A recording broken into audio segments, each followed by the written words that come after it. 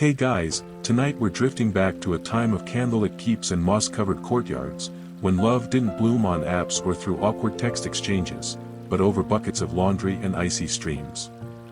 You hear it before you see it, the rush of river water, the slap of wet linen against smooth stones, the squeals of washerwomen gossiping in the morning chill. Your breath puffs in front of you as you approach, boots sinking into damp mud.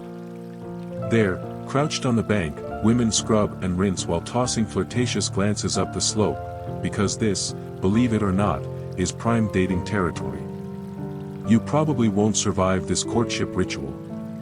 Not because it's dangerous, although some of those wooden laundry paddles could do serious damage, but because the rules are baffling, the gestures confusing, and the standards, well, let's just say medieval hygiene wasn't exactly conducive to seduction. So, before you get comfortable, take a moment to like the video and subscribe. But only if you genuinely enjoy what I do here. And hey, let me know in the comments where you're listening from and what time it is. I love seeing our sleepy little history club stretch across time zones. Now, dim the lights, maybe turn on a fan for that soft background hum, and let's ease into tonight's journey together. You wouldn't expect romance to start with soaked socks and the stink of boiled soap, but in the Middle Ages, riverbanks were surprisingly fertile ground for flirtation. Nobles might spot a peasant girl wringing out tunics, then send a servant to inquire about her family, or even come down in person, clutching a perfumed cloth to mask the scent. Among working-class folk, there were fewer barriers. If a young man fancied a laundress, he might offer to carry her laundry basket or help her build a fire to dry her linens faster. This wasn't just helpful, it was practically foreplay. Romance often began in mundane places, because that's where people actually met. And sometimes, it escalated. There are stories of noblemen abandoning their highborn fiancées after falling for common laundresses. One 14th century French lord, apparently captivated by the smell of lye and lavender, married a washerwoman from outside Toulouse, much to the horror of his family. Whether this was true love or just a rebellious phase is lost to history, but it wasn't exactly unheard of. Historians still argue whether these cross-class romances were exceptions or more common than we think. Most records were kept by clergy or elites, and those folks didn't love documenting social mobility via laundry-based liaisons. But some surviving folk songs and poems hint at these kinds of encounters. In one Breton ballad, a laundress tells a knight she'll marry him, but only after he proves himself by doing her washing for a week. A strange kind of test, sure, but it fits the era's tendency to dramatize love through small, symbolic challenges. Of course, not every laundry-side romance was innocent. Sometimes it veered into coercion or manipulation, especially when class and power got involved. Medieval moralists warned women to avoid riverbanks unless escorted, partly to maintain modesty, but also because those spots were considered dangerous. One weird and slightly disturbing custom. In some parts of Eastern Europe, local legends claimed that if a nobleman stole a washerwoman's soap without her noticing, it meant she was destined to marry him. This might have been folklore's attempt at being cute. It mostly reads as theft. Quirkier still was the belief in water spirits interfering in courtship. In certain German towns, people swore that if a washerwoman fell in love too quickly after seeing a stranger by the river, she'd been enchanted by a nixie, an aquatic spirit who wanted her for himself. So parents warned their daughters not to make eye contact with handsome men while rinsing socks, just in case they weren't entirely human. And what if things went well? Say a couple met over laundry, flirted a bit, and wanted to see each other again. Here came the real complication, the church. Canon law frowned on unchaperoned meetings, even among peasants. In towns, young men might linger outside a laundress's cottage window at night to sing a song, hoping she'd peek out and toss him a token, a scrap of cloth, a ribbon, maybe even a sock. If she did, it was basically a medieval swipe right. The sock was never returned. The symbolism of linen went beyond courtship. In some villages, if a woman agreed to wash a man's shirt, it was a tacit agreement that they were betrothed. No ring, no ceremony, just a clean tunic. Of course, This led to misunderstandings. Some women claimed they just wanted to be polite, others insisted that a shirt wash was as binding as a vow. The ambiguity caused so much confusion that a bishop in York reportedly banned the practice altogether in the late 1200s. No more love washing, he allegedly proclaimed, though this may have been exaggerated in local gossip. And let's not forget scent. Medieval people might not have bathed often, but they still cared about smell. A freshly laundered shirt, hung over thyme or lavender, was seen as deeply romantic. Men would sometimes present one as a gift, hoping it showed care and domestic skill. Women, meanwhile, might send a man home with a scrap of cloth that had been dried near their hearth. It wasn't overtly sexual, but it was intimate. It smelled like her. It reminded him of warmth, home, and wood smoke. Still, not everyone approved. One satirical 13th century poem ridiculed young men for courting suds and begging wet sleeves like love-struck fools. The implication was clear: real men hunted, jousted, and prayed, not flirted at the river like gossiping hens. And yet, those suds romances endured. By the late Middle Ages, some of these customs had filtered upward. In courtly settings, nobles created mock versions of peasant traditions. At masquerades, it became trendy to dress as washerwomen and knights, reenacting lowborn love. Of course, this was done with velvet costumes and perfumed water, far from the grime of actual laundry, but the symbolism remained. Even in parody, the riverbank held its romantic charge. So next time you picture medieval love, forget the ballroom.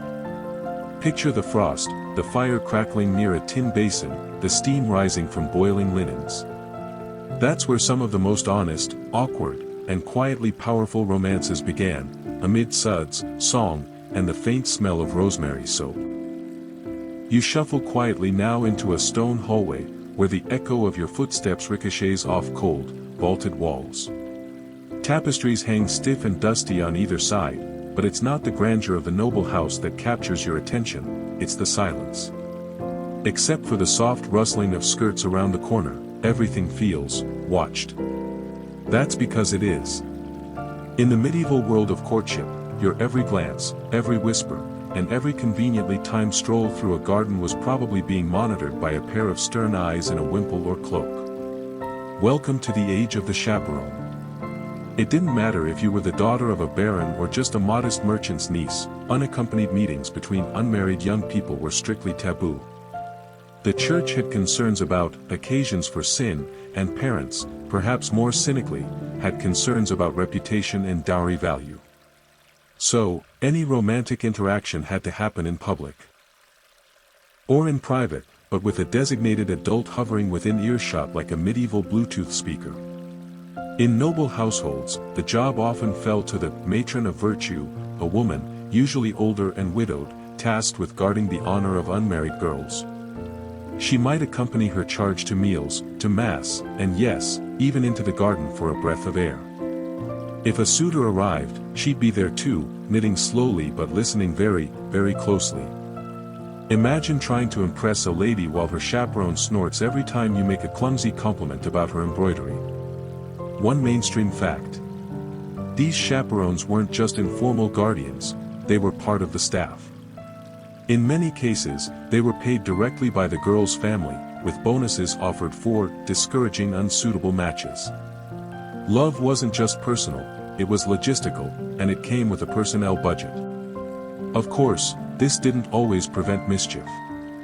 Resourceful young lovers found ways to circumvent the system.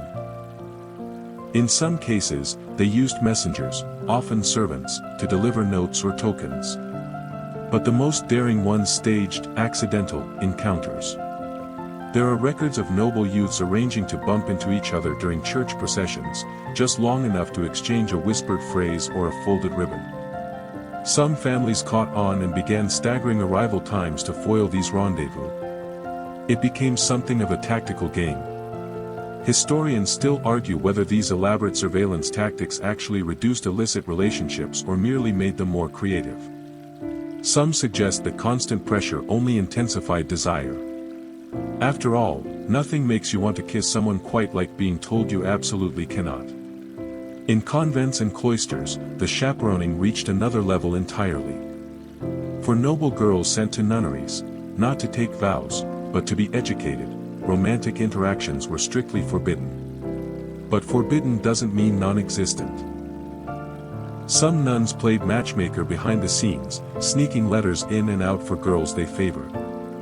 One scandalous tale from 14th century Bologna involves a novice who exchanged poems with a visiting squire by hiding them inside hollowed-out prayer books. She was eventually caught, not by the abbess, but by another jealous student who ratted her out in exchange for extra butter at supper. Outside of cloisters, chaperones came in all shapes. In village life, the role might fall to a nosy aunt or even a younger sibling. In one particularly awkward case, a family in Normandy insisted that their daughter be accompanied everywhere by her 12-year-old brother, who reportedly took the job far too seriously, threatening to hit suitors with a stick if they came within kissing distance. The poor girl didn't marry until she was 25, which was practically ancient by local standards. And it wasn't just girls who got watched. Wealthy sons could also be monitored, especially if they were heirs. Families didn't want them entangled in unsanctioned romances that might lead to scandal, or worse, illegitimate children with claims to inheritance. One baron famously hired an ex-knight as a personal temptation deterrent for his 18-year-old son. The man's job? To follow the boy around and loudly recite psalms whenever a girl approached. Effective? Possibly. Annoying? Almost certainly. Some regions even had laws enforcing supervision. In parts of Italy, public declarations of betrothal had to be witnessed by a priest and two unrelated adults, just to ensure everyone knew who was courting whom. In England, certain towns required a parish escort for any pair seen walking alone after sunset. These escorts weren't always official, they might be volunteers, nosy neighbors, or off-duty clerks with nothing better to do, but they kept a running mental log of who flirted with whom, when, and where. Naturally, people found loopholes. One quirky tidbit. In parts of Scandinavia, lovers would meet in barns under the pretext of inspecting livestock. Parents would send a cousin to chaperone, but the cousin often had other things to do. It became something of a tradition for accidental absences to occur during these visits. Songs were even written about it. One surviving verse roughly translates to, "The goat was fine, but the kiss was better." The absurdity reached its peak in some royal courts, where highborn ladies weren't even allowed to speak directly to men unless it was arranged through a formal go-between. This was usually a lady-in-waiting or a herald, someone who would deliver flirtation in the form of elaborate riddles or poetic exchanges. If a prince wanted to tell a duchess she had lovely eyes, he might have to compose a sonnet, hand it to a herald, who then read it aloud in her presence while she pretended to be uninterested. By the time anyone actually said what they meant, the moment had usually passed. Still, these rituals weren't all repressive. Some girls used their chaperones as shields to reject unwanted suitors. "My matron doesn't approve," they'd say, even if the matron had said no such thing. Others formed close bonds with their guardians, who quietly supported them in finding matches that were more romantic than strategic. One well-known tale from Aragon tells of a chaperone who faked a fainting spell to give her charge 10 whole minutes alone with her beloved. That's practically an eternity in medieval love time. And while we moderns might roll our eyes at the idea of needing a babysitter to flirt, there's something oddly charming about it all. The formality, the planning, the drama, it made love feel like an operation, equal parts military campaign and theatrical performance. You weren't just falling for someone. You were assembling a team, drafting decoys, and whispering secrets through veils. So next time you complain about awkward first dates, remember, at least no one's knitting judgmentally in the corner while you're trying to compliment someone's tunic. You emerge now into a bustling courtyard, sunlight bouncing off polished stone, minstrels tuning their lutes in the corner, and a group of well-dressed nobles gathered in a tight circle around something strange. A parchment scroll, rolled and sealed with wax, is being drawn from a velvet pouch. The crowd watches breathlessly as names are read aloud, pairings of ladies and lords, drawn by chance. It's a courtly Valentine lottery, and for the next few days, these randomly matched pairs will act as devoted lovers, exchanging gifts, composing verse, and pretending, sometimes very convincingly, that they're hopelessly besotted.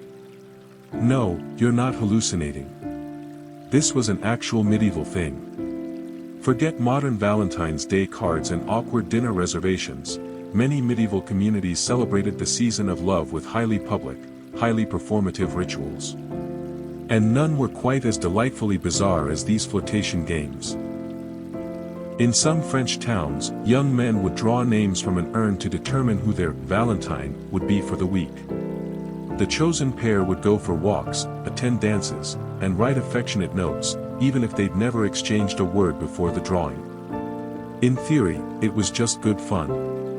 In practice, people caught feelings.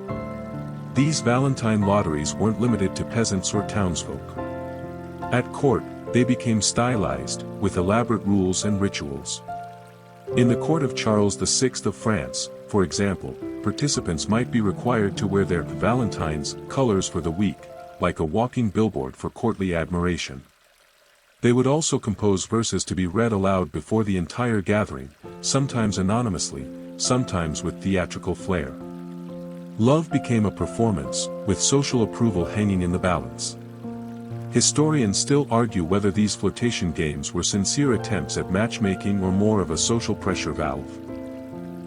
A way to let people dabble in love without appending the rigid structure of arranged marriages. Either way, the public nature of it all made things messy. People got jealous. Some took offense if they were drawn with someone considered beneath them. In one documented case from Brittany, a young noblewoman actually burst into tears when paired with the wrong squire and refused to speak to anyone for the remainder of the week.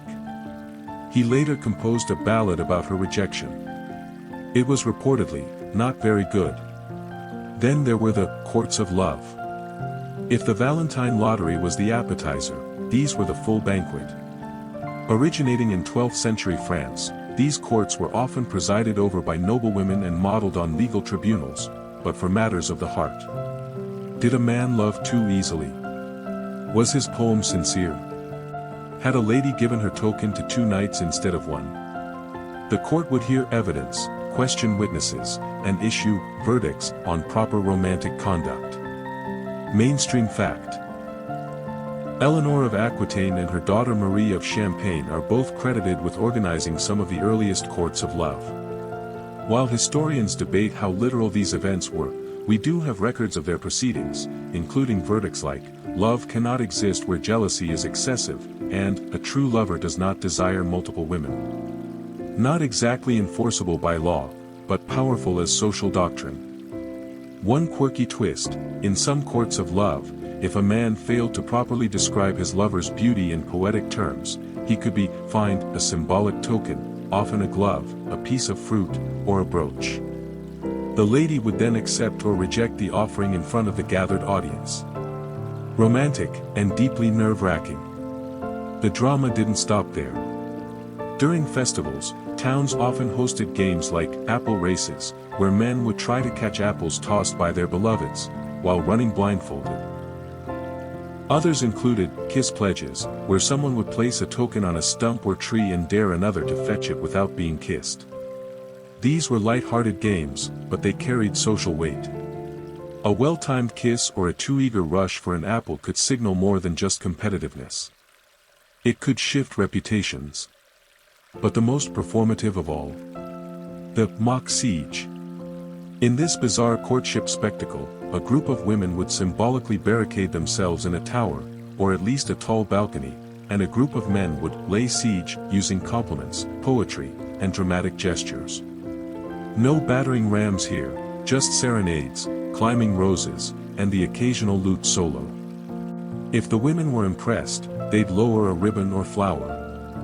If not, they'd throw down cabbage leaves. Really. In some parts of Italy, the stakes were even higher. During the feast of San Valentino, local bachelors would parade through the town square, hoping to be claimed by an admirer from a balcony. Sometimes the women dropped their handkerchiefs, but others were more theatrical, showering suitors with rose petals, or rotten fruit, depending on their mood.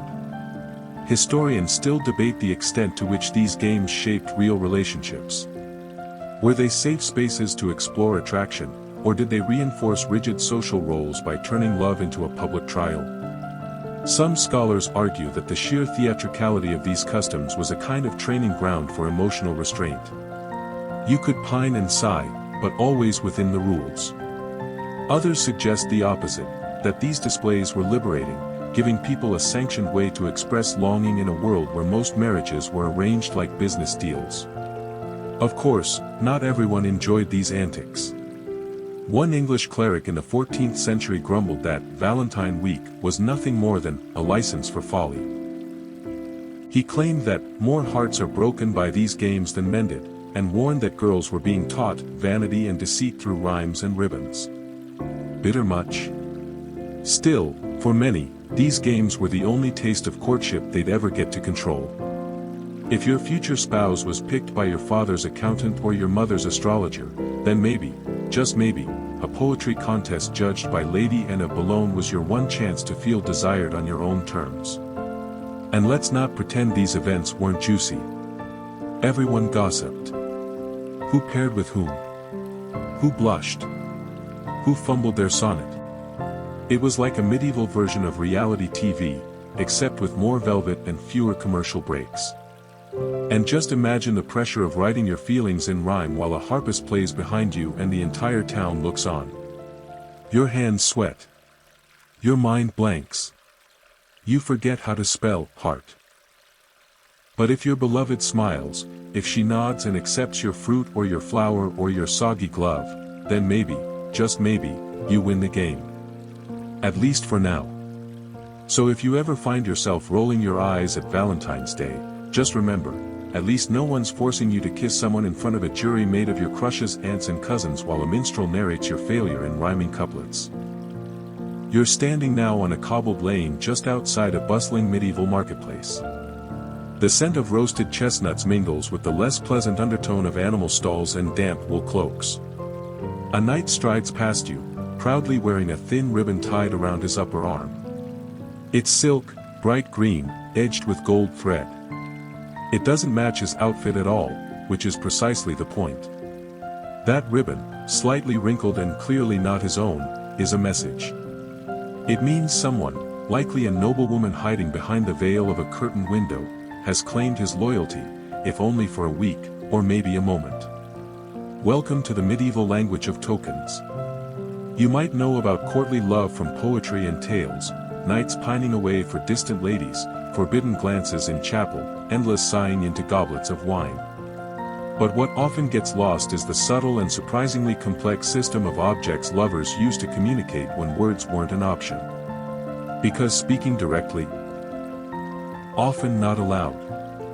So, instead, people got creative, with cloth, scent, and a whole lot of dropped items. Start with the handkerchief, small, square, often embroidered, and never just used for wiping noses. In the Middle Ages, a lady's handkerchief could function as a flirtatious signal, a public pledge, or even an informal engagement ring. If she dropped it near someone, intentionally and slowly, that was a test.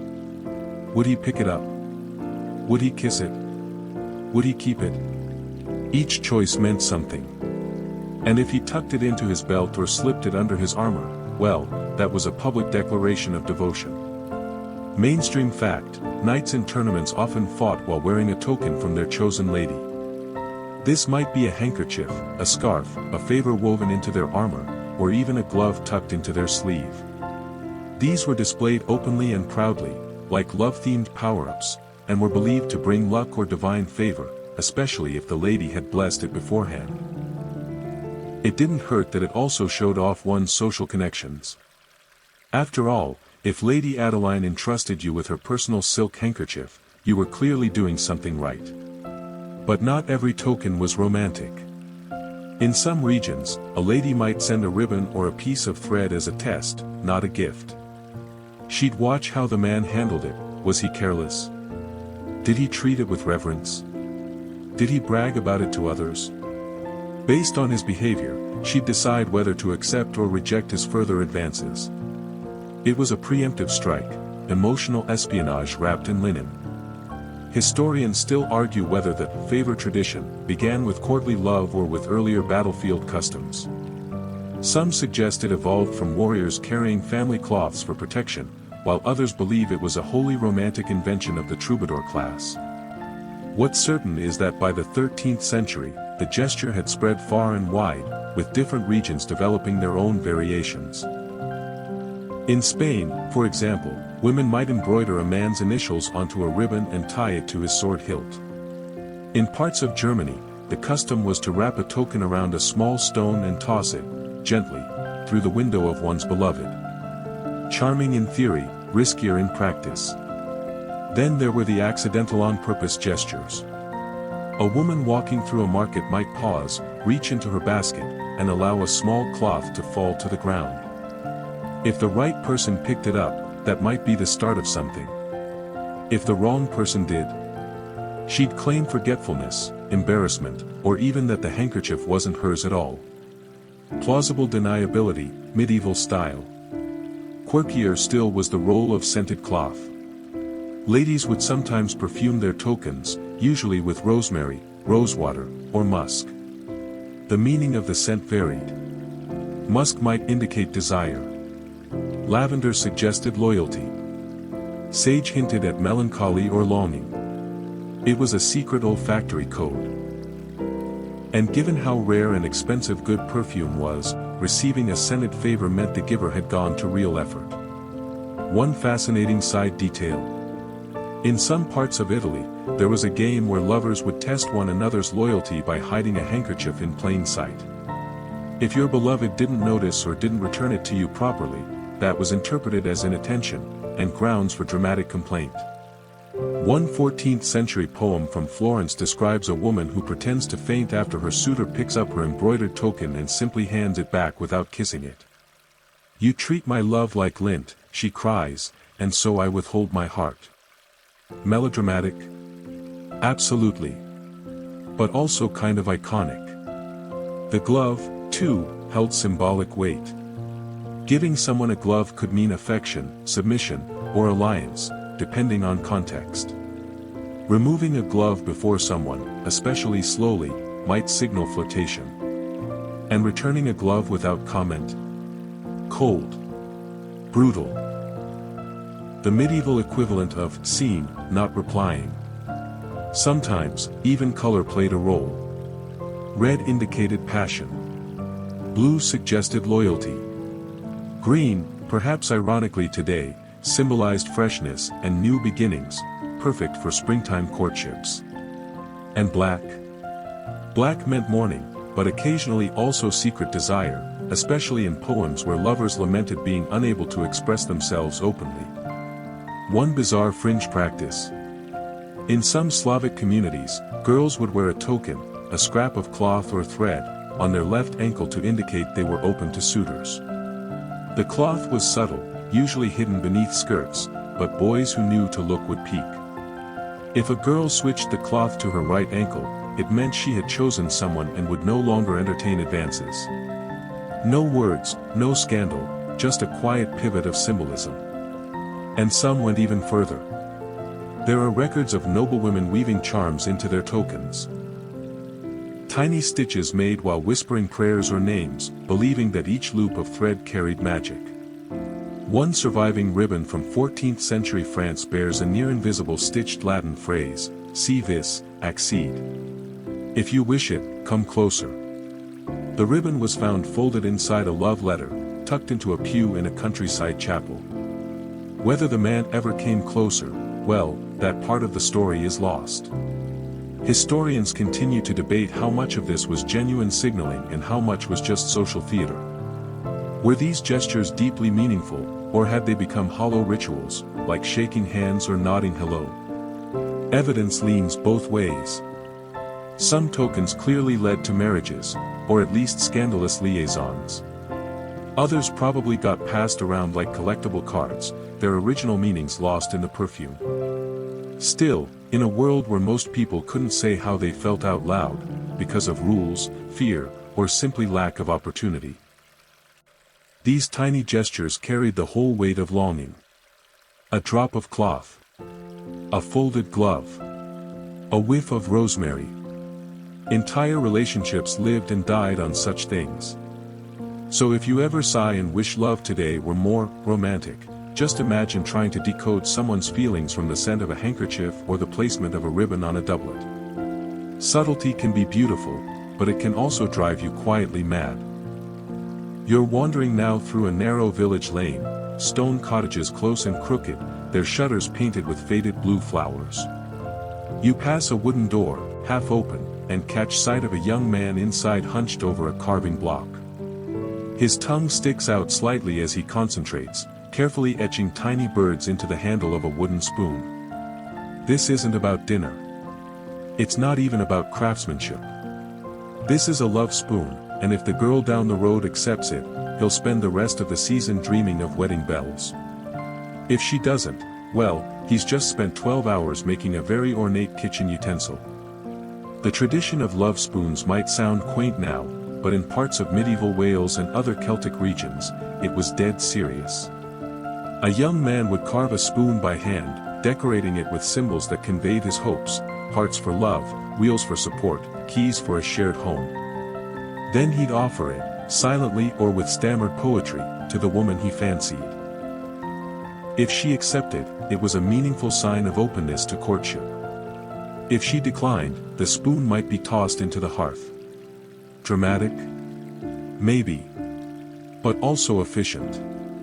Mainstream fact: carved love spoons are still exchanged in parts of Wales today, though now mostly for weddings or anniversaries.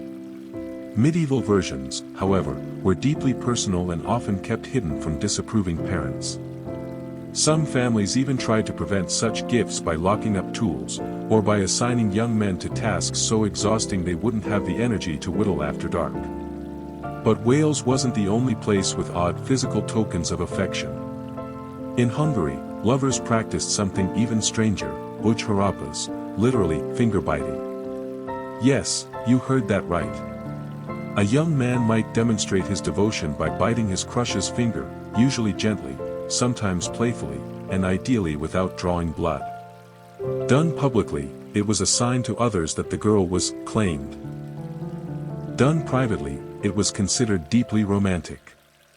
One 15th-century folk song describes a village girl blushing as he gnawed upon her knuckle like the bark of spring. It's unclear whether that was meant to be erotic or just poetic. Either way, finger-chewing was definitely a thing. Historians still argue whether ujharapas originated as a flirtation or as a kind of dominance signal. Some suggest it was a symbolic gesture rooted in older animal courtship traditions, like wolves nipping one another in play. Others think it emerged from more practical origins, like warming someone's fingers in winter, which evolved into more personal contact. Either way, it lingered in rural communities for centuries. Grandmothers remembered it with a mix of fondness and mild horror. Of course, not all gestures were quite so bitey. In parts of Scandinavia, lovers exchanged not rings, simple loops of hair, twine, or grass, braided into symbolic patterns. A tight knot meant fidelity. A loose one? That things were complicated. These were usually worn hidden, around the neck, tied under a sleeve, or even wrapped around a finger beneath a glove. If someone spotted your knot ring, you had to explain, sometimes to a parent, sometimes to a priest. So discretion was encouraged. Another fringe tidbit: in certain parts of Brittany, young women used cooking as coded communication. A pinch too much salt in a shared dish might signal displeasure. A perfectly balanced stew. Affection. A sweet pastry offered in secret. Deep, unspeakable longing. There are even records of girls baking miniature figurines into bread loaves, tiny hearts, carved initials, or suggestive vegetables, and delivering them with a blush and a prayer. Interpretations varied wildly. One local folktale tells of a girl who placed a carrot in her neighbor's bread, meaning to suggest prosperity and health. He misread it as fertility and proposed immediately. They were married by spring. And back in Wales, the love spoon tradition grew even more complex. Some young men began hiding messages within the carvings, tiny runes scratched into the back of the handle or symbols only the intended girl would recognize. A bird flying east meant, "I'll wait." A heart pierced by a fish hook. "I'm caught." It became a romantic cipher system, complete with decoding, secrecy, and endless village gossip. One boy even carved his spoon with a miniature maze, inviting the girl to find her way to him. Unfortunately, she reportedly gave up halfway and married his cousin instead. One odd anecdote from a Welsh village recounts a lovesick farm boy who carved an entire 3-foot spoon for a girl he'd only spoken to twice. It had a spinning wheel carved into the bowl, ivy twisting around the handle, and a hollow space to hold a lock of her hair, should she ever deign to give him one. She didn't. He reportedly used the spoon to stir pig feed for the rest of his life, saying, "Well, love's still useful if it mixes well." And what about the women? They didn't just sit around waiting to be bitten or carved for. In some regions, girls responded with tokens of their own. In Estonia, they'd stitch tiny pouches filled with dried herbs and pass them secretly during festivals. In Slavic regions, woven cloth bands, known as rushniki, were given in return for sincere courtship gestures. Each knot, flower, or stripe had meaning. One pattern meant, "Try again later." Another, "You had me at hello," or whatever the medieval equivalent was. These small, tactile acts, chewing fingers, carving spoons, knotting twine, might seem absurd or overly precious today, but in a world without texting, or DMs, or even reliable paper, they were how people showed what they couldn't safely say. Affection had to be translated into object, gesture, or ritual. And the rituals didn't stop once a token was given. Some girls would place their accepted spoons or knot rings in a chest beside the family altar, both as protection and as a sign of seriousness. Others would keep them in hidden compartments of dowry chests, locked away until formal betrothal. There are even stories of mothers intercepting these tokens and hiding them, only for daughters to weep over their disappearance like lost treasure. Quaint. Yes. But deeply emotional. Because every spoon carved, every knuckle lightly nibbled, was part of a conversation in code, a private language of the heart that required patience, imagination, and, occasionally, dental courage. So while it's easy to romanticize these old customs, there was also real risk, real effort, and sometimes real heartbreak. Because if you poured your hopes into a carved spoon or a carefully tied strand of hair, and it was rejected, or worse, laughed at, there was no delete message button. Just the echo of your failure bouncing off timber beams. And yet, people kept doing it. Because even when love is confusing and awkward, even when it comes dressed up as a kitchen utensil or delivered via lightly bruised finger, it remains something we want to craft, to touch, and to be touched by. So if someone ever scoffs at modern romance for being superficial, just smile gently and remind them, once upon a time, a boy spent 10 hours carving birds into wood just to tell a girl, "I like you." And once upon a slightly stranger time, someone else probably chewed her fingers to say the same. The hall you enter now is dim and echoing, its vaulted ceiling humming with music. A fire crackles near the dais where nobles lounge on embroidered cushions, and just beyond the flickering light stands a single performer, cloaked, lute in hand, voice like falling honey. He strums once, lets the note linger, and begins to sing not of glory, not of battle, but of her. The lady with the hair like candlelight. The eyes like rain. The sigh that shattered his heart. You settle in among the listeners. Get ready.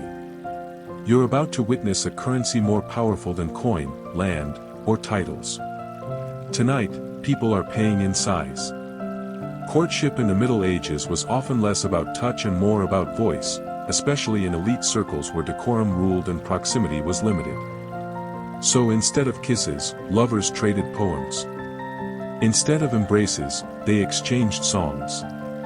And instead of swiping right, people sighed. Loudly. Often.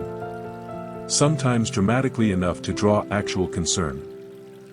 Let's begin with the troubadours, those wandering poet-musicians of southern France who made a full-blown career out of romantic despair.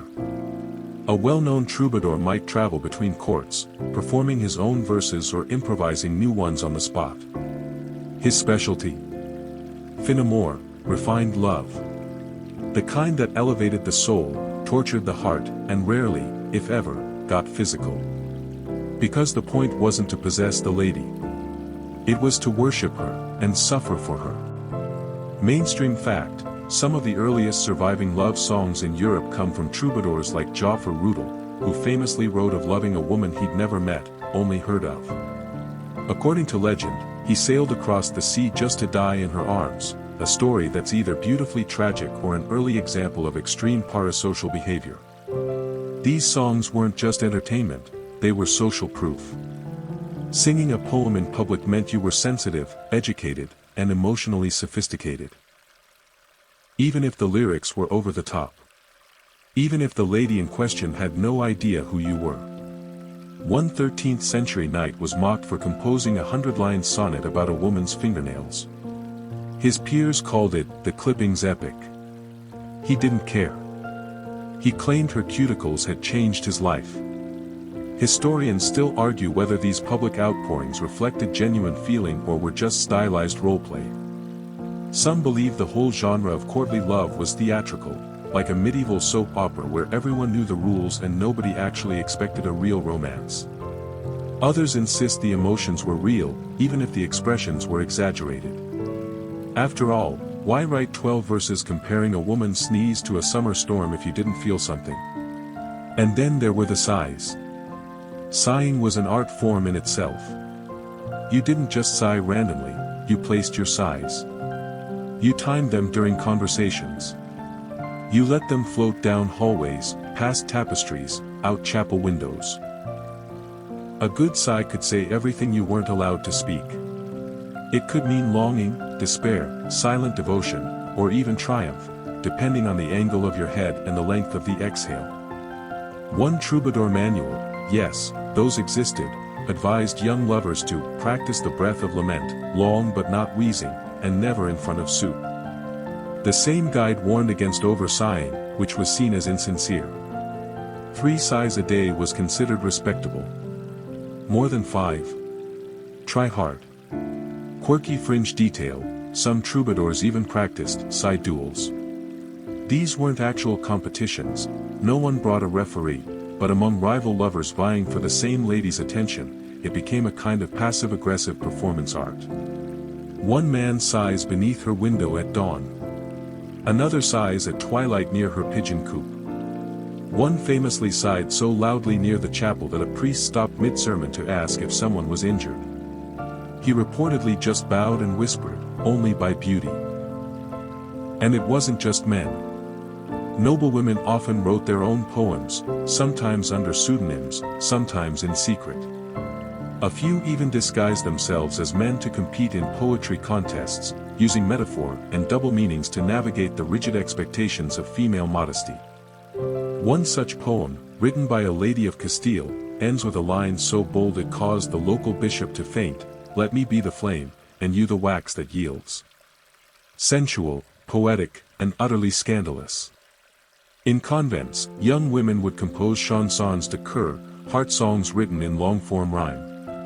These weren't necessarily about specific people, many were addressed to abstract lords of the heart, but anyone who read between the lines could guess. One nun in Normandy wrote 22 verses describing the scent of someone's gloves. Another described a recurring dream involving a knight in armor made of petals who disappeared whenever she tried to touch him. It was all extremely dramatic. It was also, in its own quiet way, radical. Meanwhile, in less literate communities, the same longing found form in folk songs, simple, rhythmic, and meant to be memorized. A farmer's daughter might sing as she worked, weaving double meanings into the lyrics. The wind turns the mill, but not the heart / he passed me by with honey on his cart. Sweet on the surface, smoldering underneath. And sometimes, sighs escalated. They turned into serenades. A man might stand in a snowy orchard, singing until his teeth chattered. A girl might answer from her window with a few lines of verse, or simply light a candle if she approved. No response. He'd slink off, mournful and slightly frostbitten. This highly performative system had its own pitfalls. With poetry so prized, competition grew fierce. Some men hired ghostwriters, scribes or monks paid in ale or favors, to craft the perfect stanza. Others practiced singing for hours, hoping to hit the swoon note. That perfect quiver at the end of a phrase that made girls drop their embroidery hoops in romantic agony. And the letters. Oh, the letters. In noble houses, secret couriers carried scrolls of verse back and forth between wings of a castle. These weren't always love declarations, some were conversational, some were playful, but all were wrapped in layers of symbolism. A rose petal tucked into the wax seal. Passion. A single white hair inside the scroll. Mourning. One intercepted letter from Italy reportedly ended with the words, "If your size match mine, burn this. If not, bury it beneath the statue of Saint Agnes and we will never speak again." But not all performances were welcome. In some cases, women had to put up with too much serenading. One letter from a German noblewoman to her cousin reads, "He sang beneath my window again last night. I threw my shoe. He returned it, with a sonnet stitched inside." Persistent, yes. Creepy. Slightly. And yet, despite the absurdity, there was something noble in the effort. In a world where most people had no control over who they married, sighing and singing were small acts of rebellion. They were ways to reclaim emotion in a system built on property and politics. So while it's easy to laugh at a man who wrote 12 lines about his beloved's nostrils, or a woman who kept a side diary tucked inside her prayer book, these people weren't just being dramatic. They were trying to be heard, softly, poetically, and with just the right amount of wine through the window. And maybe that's why we still write love songs. Maybe deep down, we're all just medieval romantics with better breath control. Now you're inside a modest feasting hall in a small alpine town. The scent of roasted parsnips lingers in the air, and a trio of local musicians is tuning their viols. At the center of it all, a girl leans toward a young man seated beside her. She lowers her eyes, tilts her head, and presses her nose gently to his. No lips, no words, just a brief, deliberate boop of noses, like two shy deer greeting across a stream. He smiles. She blushes. An old woman at the corner table nods in approval and returns to her stew. This isn't a joke. This is nose kissing. And here, in this sleepy medieval village, it's as real as it gets. Forget roses and hand-holding. In many parts of the Middle Ages, especially outside royal courts, affection was expressed through far less conventional gestures. In fact, some of them would leave even the most open-minded modern romantic somewhere between confused and mildly alarmed. But for people living in a world without Hallmark cards, emojis, or relationship status indicators, these strange forms of affection were often the only signals they had. Start with the nose kiss. Popular in mountainous regions of Europe, especially Switzerland and parts of Austria, this gentle touch wasn't a parody of affection, it was affection. A way of expressing intimacy while still remaining modest. To kiss someone's nose in public was to say, "I like you, but I'm not a scoundrel." It was sometimes called the angel's kiss, soft, brief, and socially acceptable even in front of parents, priests, or livestock. Mainstream fact, early German folklore often referenced the Nasenkiss as part of courtship, especially among farming communities. It was believed to transmit warmth from breath to breath and symbolize trust. You wouldn't get that close to someone unless you were willing to share their air, and in winter, that meant a lot. But nose kissing wasn't the weirdest of the bunch. Not by a long shot. Enter, elbow licking. Yes, you read that correctly. In some parts of Central and Eastern Europe, particularly rural Poland and Bohemia, a courtship tradition developed around gently licking the exposed elbow of a person you fancied.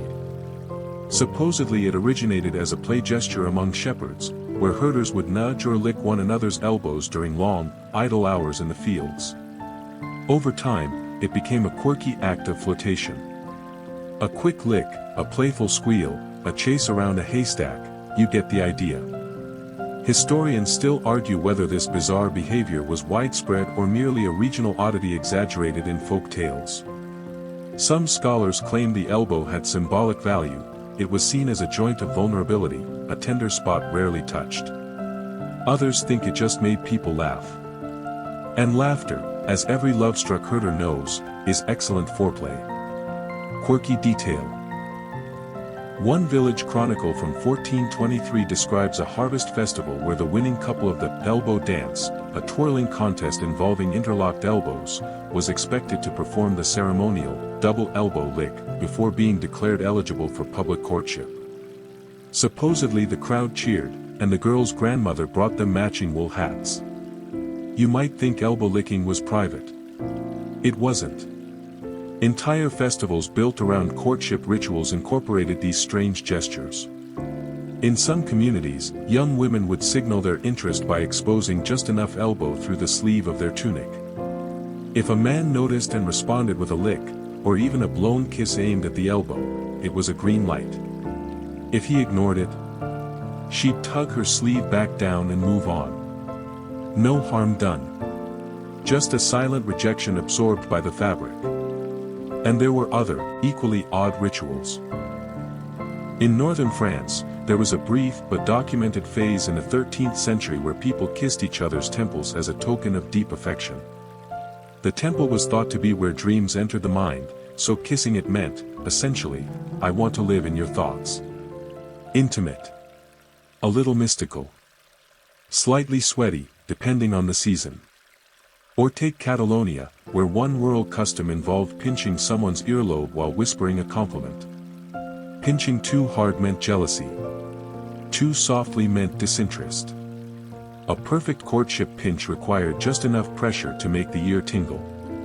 Training was informal. Mistakes were frequent. Then there's the utterly confusing practice of thread touching in parts of the Baltics. If a girl was spinning flax in public, a boy might try to tap the thread between her fingers, lightly, once, without speaking. If she let the thread fall, it meant she wasn't interested. If she pulled it taut and kept spinning, it meant she liked him but wanted him to try harder. If she snapped the thread on purpose and threw the spindle at his chest, that meant she was very interested. One fringe tradition from the Balkans involved couples presenting each other with bundles of gathered moss. Yes, moss. Not flowers. Moss. Fresh moss indicated new love. Dry moss meant fading affection. And moldy moss, a warning that someone was about to end things. Forests, suddenly, became emotional minefields. In medieval Iceland, another quirk emerged, the brow brush. A soft, slow stroke of the eyebrow with one's thumb was considered an intensely romantic gesture. One saga recounts a man so smitten he brushed his lover's brow every day before battle, so her thoughts would shelter in his helm. Whether she found this touching or tedious is unclear. But it made it into the saga, so clearly it mattered. Historians continue to debate how widespread these habits were. Were they widespread enough to count as customs? Or were they niche acts that became exaggerated in songs and stories? Either way, they captured imaginations.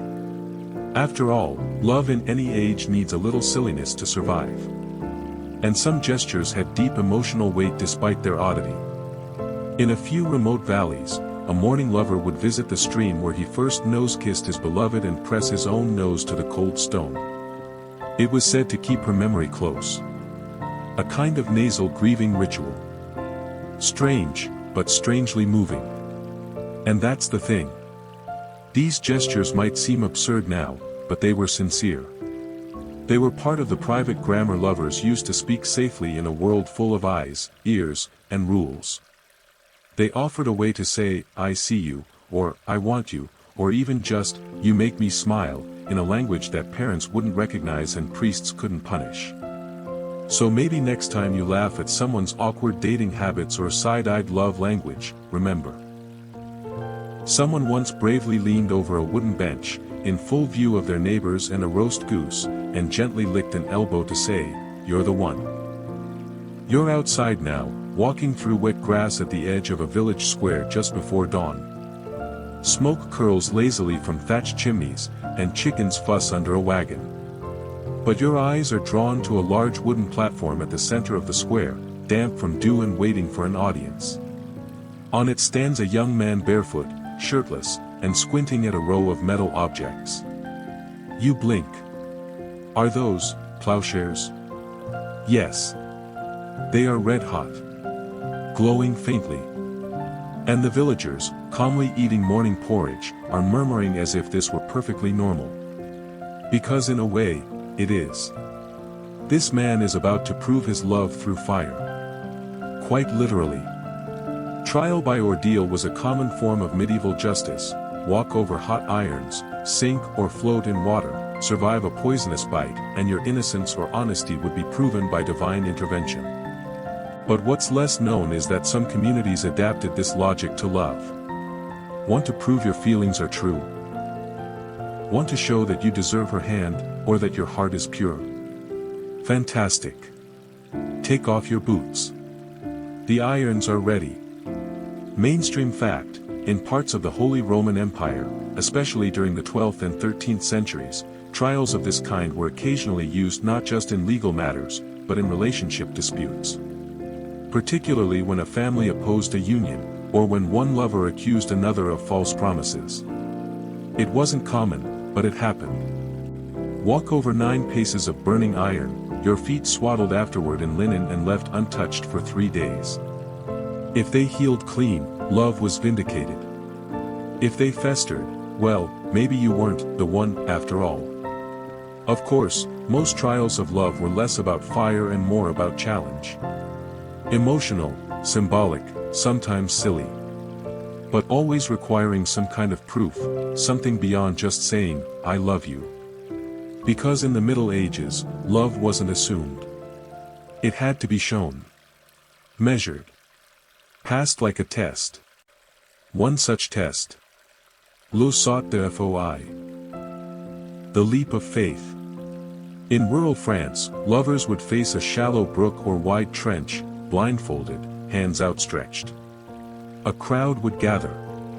Each would be guided close to the edge. And when the bell rang, they would leap, ideally together.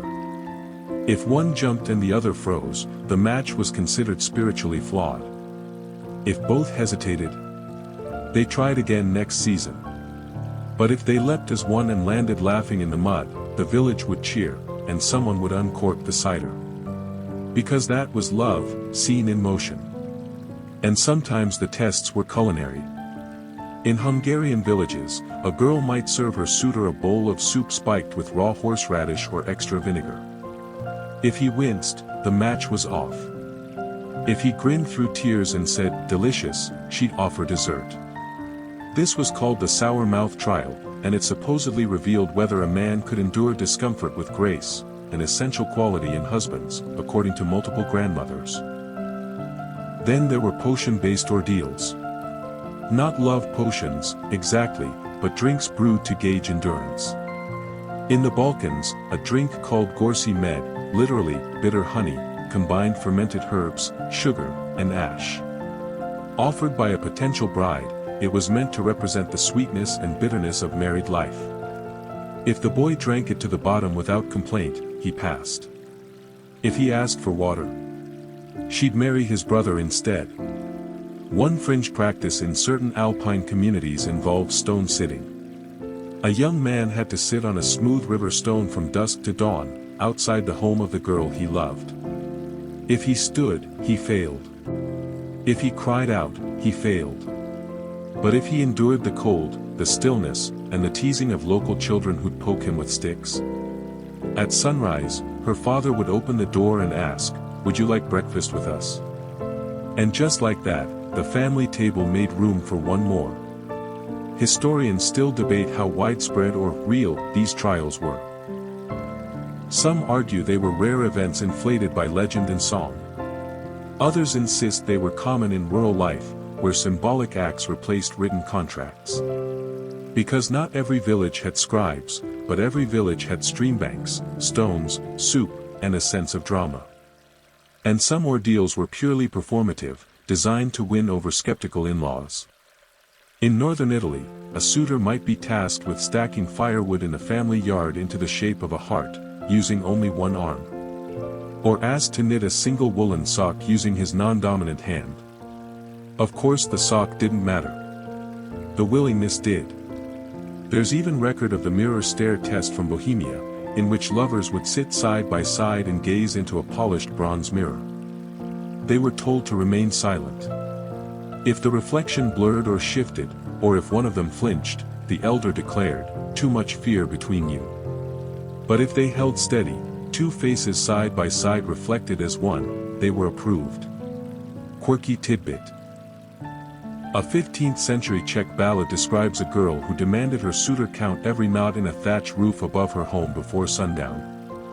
"For every knot you miss," she said, "you owe me a verse." He missed 12. He recited 13.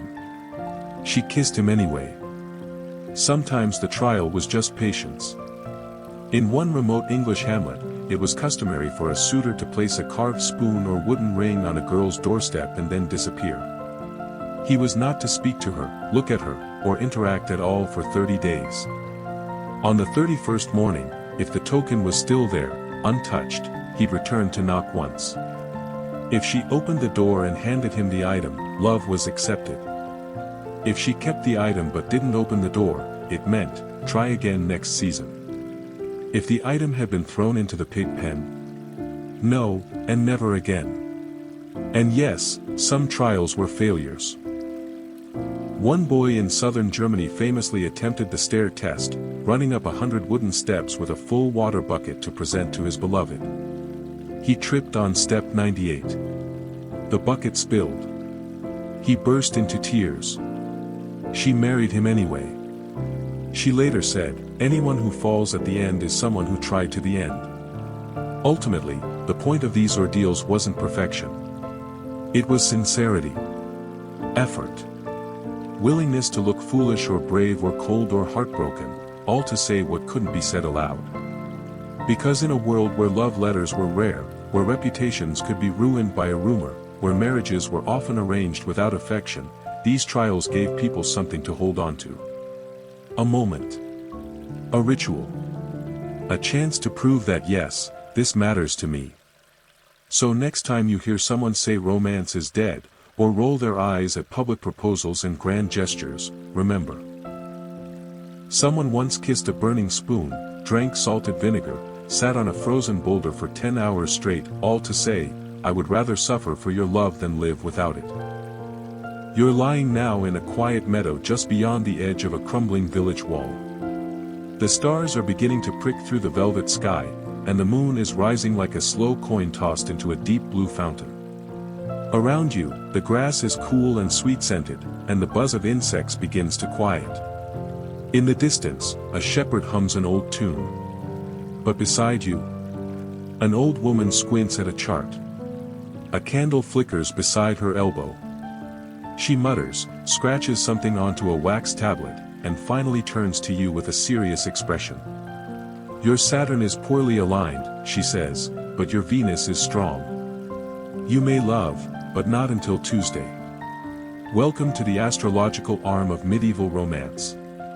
While modern astrology might be confined to glossy magazines and dubious dating app bios, in the Middle Ages, the stars were no casual hobby. They were believed to govern everything from the health of your liver to the fate of your marriage. If your love was star-crossed, it wasn't a metaphor. It was a very real, very chartable problem. Courtship, like farming or medicine, often came with a star map. Mainstream fact, by the 12th century, astrology had been formalized across much of Europe, thanks in part to translations of Arabic and Greek astrological texts. Scholars and churchmen alike, yes, even monks, kept detailed records of planetary positions. Astrology was taught in cathedral schools, practiced in court circles, and consulted during everything from military campaigns to naming a newborn.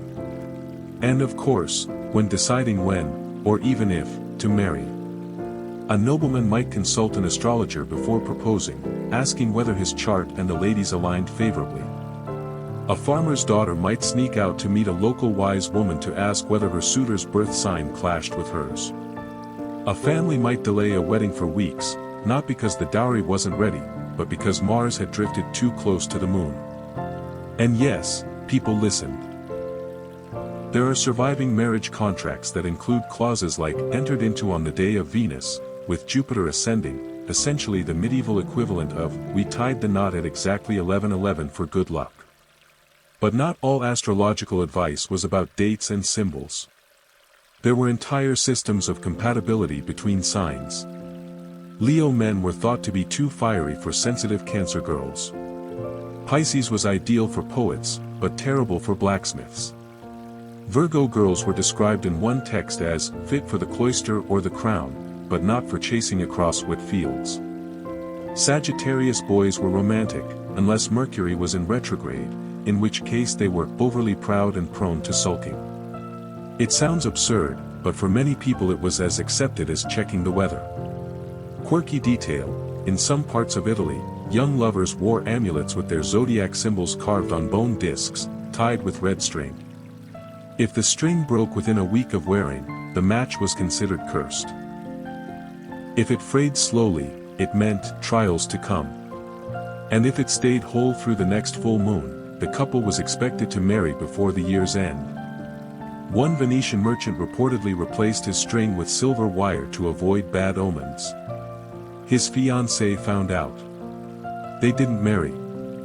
Even more elaborate were the planet tables of the nobility, lavish books illustrated with gold leaf constellations and handwritten notes on how to time proposals, kisses, and even conception.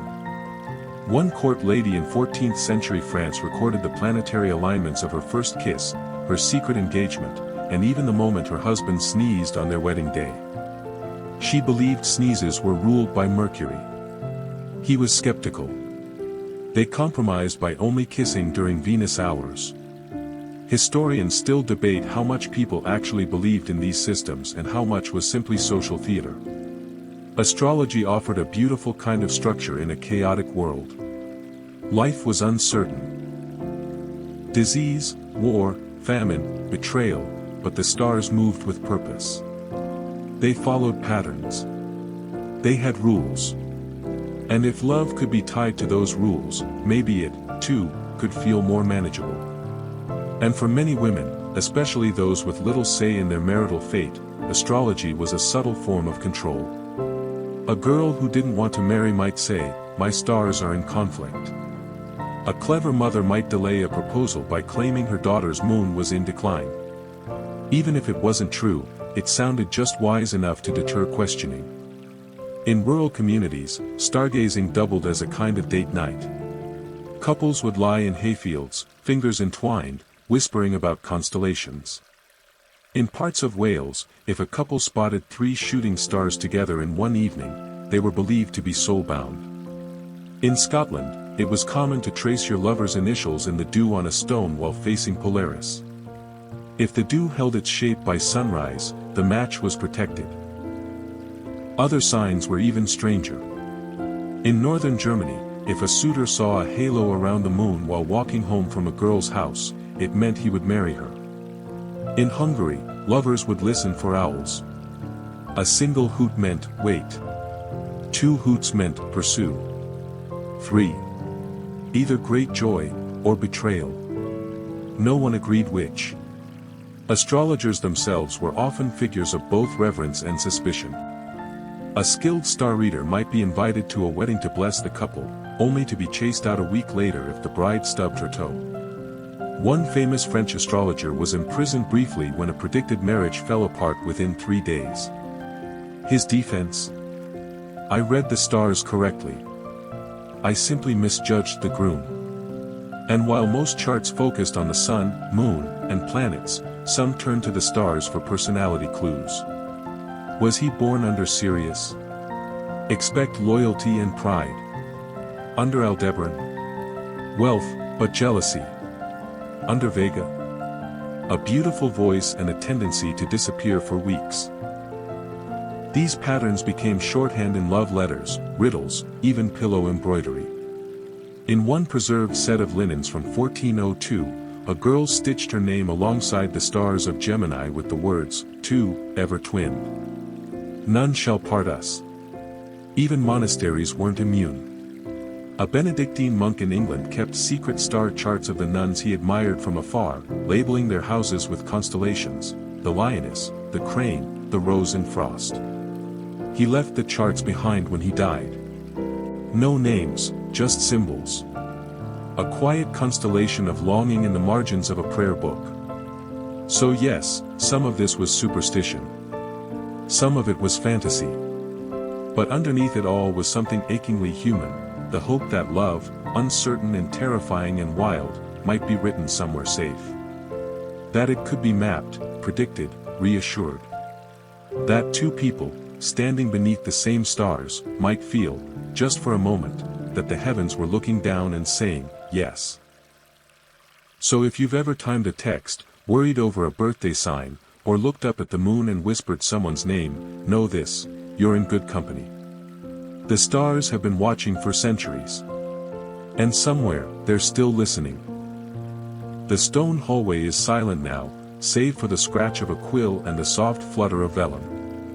You're deep inside a monastery, surrounded by rows of cloistered monks hunched over lecterns, copying sermons, psalms, and commentaries in careful, practiced hands. But one monk, quiet, pale, younger than the rest, pauses. His eyes drift to a small folded note tucked between the pages of a devotional text. He waits until no one is looking, then slides it out. It's not scripture. It's a letter. And not one written to God. This one ends with, "I await your gaze beneath the chapel arch. Your brother in spirit, but in heart, yours alone." Yes, even monks and nuns wrote love letters. We like to think of monasteries as places of solemn silence, of chanting and fasting, of ascetic detachment from worldly things. And, officially, they were. But even here, under the cold watch of stone saints and stern abbots, hearts beat a little faster. Eyes wandered. Longing found ways to slip between the cracks of celibacy. Mainstream fact, though monks and nuns were sworn to chastity, many monasteries had scandals, sometimes small, sometimes spectacular, related to secret affairs, romantic correspondence, and even runaway lovers. The letters that survive, often hidden in the margins of religious texts or stored among confiscated items, offer a glimpse into a world where desire and duty were at constant odds. One of the most famous examples comes from Heloise and Abelard, the 12th century philosopher priest and his brilliant student. Their letters, both passionate and philosophical, were full of longing, regret, and theological musings. And though they were eventually separated and forced into monastic life, their written words endured. Heloise's line, "More wretched in my happiness than others in their sorrow," still haunts readers today. It wasn't just lust. It was complicated, intellectual, emotional yearning. The kind that doesn't go away just because someone wears a habit. But theirs wasn't an isolated case. In quieter corners of Christendom, monks and nuns developed a system of coded letters, often written as devotional poetry or copied within acceptable texts. A monk might write, "My soul rejoices in your kindness," and tuck it into a book of saints. A nun might press a flower inside her psalter, knowing the scent would trigger a memory the next time he opened it. Quirky detail, in some Cistercian communities, it became a subtle tradition for monks and nuns to exchange illuminated initials. The letter A, painted in gold with vines curling around it. The letter M, drawn in the shape of an archway. These weren't overt love notes, but they meant something. To receive a decorated initial, slipped silently onto your bench during morning study, was to feel seen. Acknowledged. Maybe even adored. Historians still debate whether these correspondences were mostly innocent. Spiritual friendships, emotional support, or whether they were expressions of forbidden passion. The line between the two was often blurry. Some theologians encouraged pure affection between monks and nuns. Others warned that too much love of one's soul may corrupt the body. One abbot famously banned the sharing of inkpots between male and female scribes because, where the pen moves, the heart soon follows. The logistics were both clever and absurd. Letters were passed through laundry bundles, hidden in folded altar cloths, or even rolled into hollowed-out candles. One nun in 14th century England allegedly trained a dormouse to carry messages through a crack in the refectory wall. She named him Thomas. He was eventually caught, still clutching a scroll tied to his tail. In some monasteries, chaplains doubled as unofficial postmasters. They'd collect messages from confessions or prayer requests and accidentally deliver them to the wrong recipient. One record from 1356 mentions a friar who was excommunicated for delivering messages of worldly affection between a novice monk and a visiting lay sister. His defense? I only carried what I could not read. He was reinstated after writing a truly pitiful apology letter, ironically, his only documented piece of writing. Not all monastic love was scandalous. Some was simply quiet. A nun praying longer than needed at Vespers to watch someone across the cloister. A monk who composed hymns just a little sweeter on Thursdays, knowing who would sing them. One hymn from Bavaria, preserved with no author's name, ends with the line, "To your voice I bend, like grass in spring. I do not rise unless you sing." It was filed under Marian devotions. But everyone knew better. There were tragic stories, too. A young novice in Austria wrote love poems in the margins of her missal, only to be discovered by the prioress. Her letters were burned, and she was sent to a silent order. Centuries later, under a layer of scraped parchment, scholars uncovered faint traces of her original ink. Lines about eyes like dusk and the warmth of wheat in summer. A voice nearly lost to time, but not quite. One particularly haunting discovery came from a Flemish convent, where researchers found a psalter with a folded piece of linen pressed between the pages. On the linen, a stitched poem, carefully embroidered in red silk. It read, "If we may never speak, may we still meet in dreams. I keep watch for you behind my closed eyes." The stitching was dated, then unpicked, then stitched again, 3 times.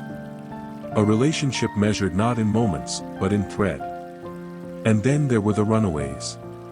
Some pairs went further. Letters turned into meetings, meetings into plans, and plans into escape. In 1297, a monk and nun in Normandy slipped out under cover of rain, stole 2 cloaks, and fled to a port town where they posed as brother and sister for nearly a year. They were discovered eventually, separated forever. Their letters, recovered from a chest near the docks, are short, desperate, and stunningly tender. In one, the monk writes, "I have left my vows behind, but not my prayers. Every time I pray, it is your name I lift." A few were never discovered at all. In 1422, in the margins of a commentary on Augustine, a tiny hand wrote simply, "We spoke once in the garden." It was enough. I will remember. No name. No answer. Just a lone line, forever suspended in ink. These notes weren't epics. They weren't sonnets. They were fragments. Whispers. Paper-thin evidence that, even in the most rigid corners of medieval life, love, unspoken, forbidden, sometimes unreturned, still scratched its initials into the walls of the world. And maybe that's what makes them so powerful. They remind us that longing doesn't disappear in silence. That a heart can still thunder beneath a robe. That even the most sacred vows leave space for small rebellions. That sometimes, to love was to risk everything for nothing more than a glance, a shared hymn, or the warmth of a thumb pressed to parchment. So the next time you imagine the Middle Ages as a world of grim faces and cold stone discipline, remember this: somewhere in a monastery's archive, beneath layers of ink and time, a monk once wrote not to God, but to someone with eyes like light through glass. And he signed it, not in faith, but simply, yours. You're standing in a dim, cold chamber, stone walls, straw scattered across the floor, the scent of rosemary and smoke hanging faintly in the air. A single wooden chair sits in the center of the room, and beside it, a copper basin filled with tepid water. A door creaks open. A girl steps in, eyes downcast, hands trembling just slightly at her sides. Behind her follows a middle-aged woman in coarse robes, clutching a bundle of cloth. The room is silent, heavy, expectant. No one speaks, but the message is clear. Tonight, this young woman will be examined, for purity. Yes, you're about to witness one of the most invasive and deeply troubling customs of medieval courtship, the virginity check. Though it might sound like something out of a grim fairy tale, the reality is worse. These examinations weren't just whispered rumors, they were procedures, rituals, even legal requirements in some parts of medieval Europe. And for young women, especially those whose marriages carried financial stakes or political consequences, the experience could define the course of their entire lives. Mainstream fact: throughout the High and Late Middle Ages, particularly from the 13th to 15th centuries, virginity was not just a virtue, it was a commodity. Entire dowry contracts hinged on it. Court cases turned on its proof or absence. Social reputation lived or died by its implication. As a result, families, especially among the nobility and merchant classes, commissioned midwives, abbesses, or honor matrons to conduct pre-marriage physical examinations. The goal? Determine whether a bride-to-be had known a man. Of course, no examination could actually confirm this. The human body isn't built with forensic clarity. Hymens vary wildly from person to person and aren't some magic seal of virtue. They can stretch, thin, or tear from countless non-sexual causes: horseback riding, athletics, even simple biology. But in a world without modern anatomy, myth passed as science. For some young women, the ordeal came even earlier, before marriage was even on the table. Families might inspect daughters in adolescence to preserve the family name or ensure market readiness. It wasn't protection, it was surveillance. And for the girls who failed, whether by nature or false rumor, the consequences ranged from broken betrothals to exile, cloistering, or worse. Then came the second test, the one even more infamous than the first, the post-wedding bedsheet. A custom so notorious it appears in medieval plays, satire, and even church records, the bedsheet tradition involved inspecting the linen the morning after the wedding night. If there was blood, it was held aloft like a battle standard, proof of purity, honor, and successful consummation. Guests might cheer. Roosters might be sacrificed. In parts of Poland and the Balkans, the stained sheet was even paraded through the streets, shown to neighbors like a trophy. If no blood appeared, the family might demand a refund of the dowry. In some cases, the marriage could be annulled within 24 hours. Quirky detail: some noble houses kept ceremonial, wedding linens, embroidered with family crests, intended specifically for this display. In one German account from 1394, a bridal chamber was opened to spectators the next morning, and a herald declared, "The lady is unspoiled." The crowd applauded. Champagne was not served. But mead was. Of course, this practice opened the door to all kinds of trickery. Brides who feared bleeding insufficiently often resorted to pricking a finger, carrying small packets of animal blood, or dabbing sheets with red wine. Stories abound of sisters or servants sneaking in after the couple fell asleep to assist with the staging. In one folktale, a clever bride smeared cherry juice on the sheet, only for her dog to lick it clean before morning. The scandal that followed lasted a decade. Historians still argue how widespread these customs really were. In some regions, especially southern France and central Italy, they seem almost ceremonial, symbolic more than scientific. In others, like certain parts of England, the emphasis was less on blood and more on silence, a quiet agreement that what happened in the chamber stayed there, unless something didn't happen. Then tongues wagged. And it wasn't just the upper classes. Among peasants and artisans, virginity was less financially crucial but still deeply tied to reputation.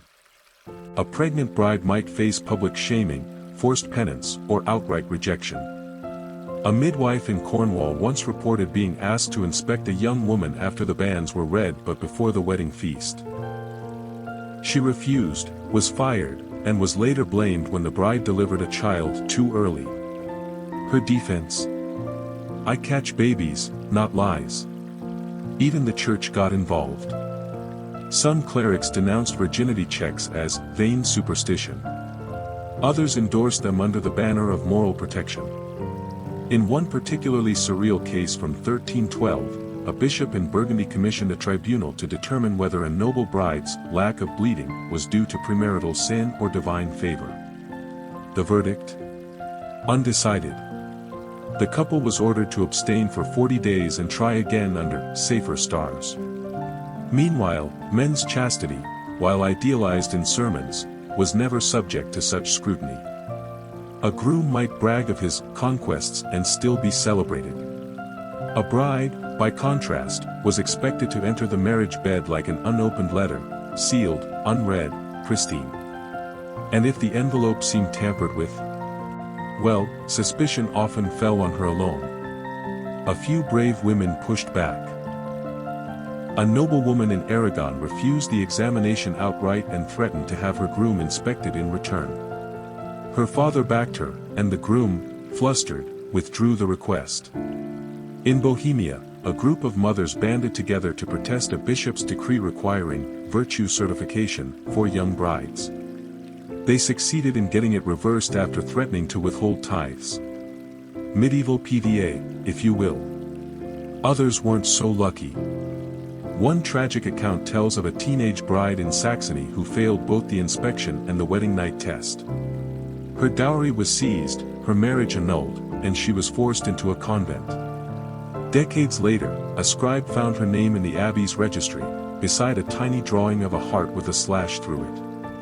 Her story, like so many, vanished into silence.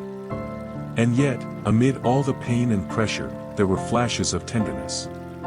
A young groom who declared, after a bloodless wedding night, "She is mine, and that is proof enough." A servant who smeared her own blood on the sheet so the girl she loved could marry in peace. A midwife who whispered, "You are not a puzzle to be solved," as she refused to inspect a terrified bride. So next time someone romanticizes traditional courtship, remember the girls who sat in those cold stone rooms, trembling not from love, but from fear. Remember that purity, as defined by broken membranes and stained cloth, was never about honor, it was about control. Because real love doesn't need proof. It doesn't inspect, demand, or bleed on command. It just stands, and stays, and sees the whole person. And in the end, perhaps that's the only kind of purity that matters. You're in a candlelit hall now, stone walls draped with rich tapestries, their silken threads catching the flicker of torchlight. The scent of rosewater and beeswax lingers in the air. Lutes are strumming softly in the corner, and at the far end of the room, a lady in a long brocade gown lowers her fan and smiles, just slightly, at the knight across from her.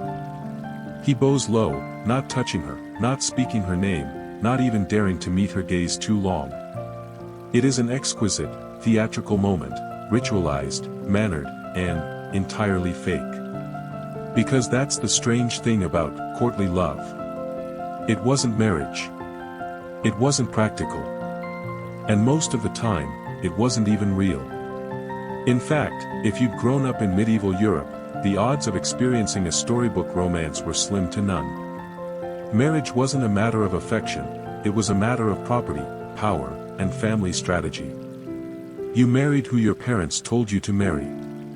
You loved who you were not supposed to love. Mainstream fact. By the 12th century, marriage in Christian Europe had become a legal and religious institution, overseen by the church, but still driven by economics. Families arranged marriages to secure land, form alliances, or consolidate wealth. A noblewoman might be wed off at 12 or 13 to a man twice her age. Peasant unions were more flexible but still often involved bargaining over livestock, dowry items, and who got the better pig shed. And then along came courtly love, a glittering fiction layered on top of all that gritty reality. Invented in the courts of southern France, the idea of fin amour cast love as painful, unfulfilled, and morally complicated. The knight adored a lady, usually married, always unattainable, from afar. His loyalty was expressed through poems, deeds, fasting, maybe a bit of weeping. To touch her was sacrilege. To desire her without action was noble suffering. It was, essentially, emotional fanfiction. Quirky detail. Troubadours often competed to compose the most despairing verses about their distant beloveds. One sang of refusing to eat for 7 days after his lady looked away. Another claimed he'd rather die by wild boar than touch her hand without permission. A third boasted of carving her initials into an oak tree and sleeping beneath it every night, regardless of the fleas. Apparently, the Middle Ages invented both the simp and the soft boy. Courtly love had rules. Literal ones. In De Amore, Andreas Capellanus listed commandments like, a true lover does not desire to embrace anyone except his beloved, and, love is always a stranger in the home of avarice. There were even pretend courts where noblewomen judged the sincerity of knights' love dilemmas. Did Sir Geoffrey love Lady Clarice more deeply because he cried when she married another, or because he swore never to look upon another woman again, even when one offered him a plum tart? The answer was plum tart. Obviously. But what made courtly love so seductive was also what made it safe. It was make-believe. In the real world, marriage was a job. It involved managing land, raising children, dealing with taxes, and sometimes, defending your fields from marauding pigs.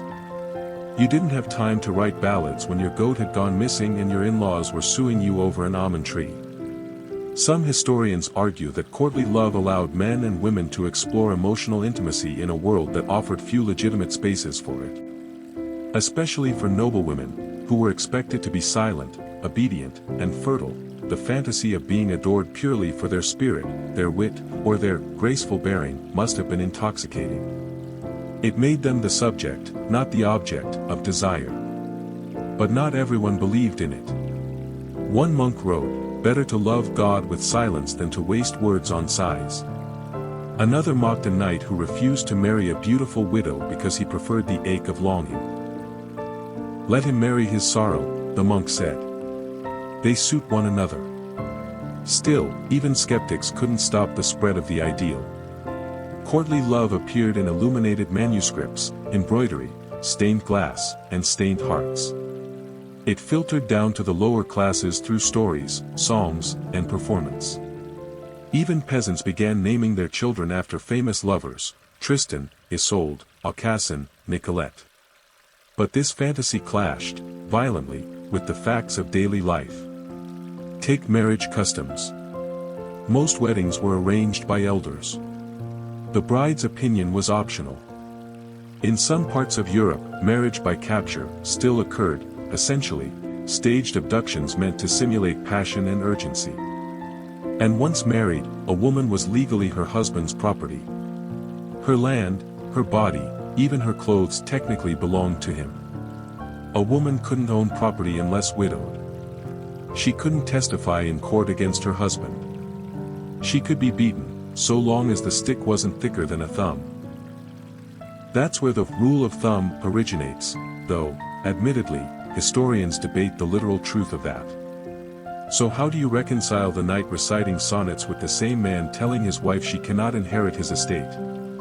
Historians still argue whether courtly love was a subversive critique of marriage or just escapist entertainment.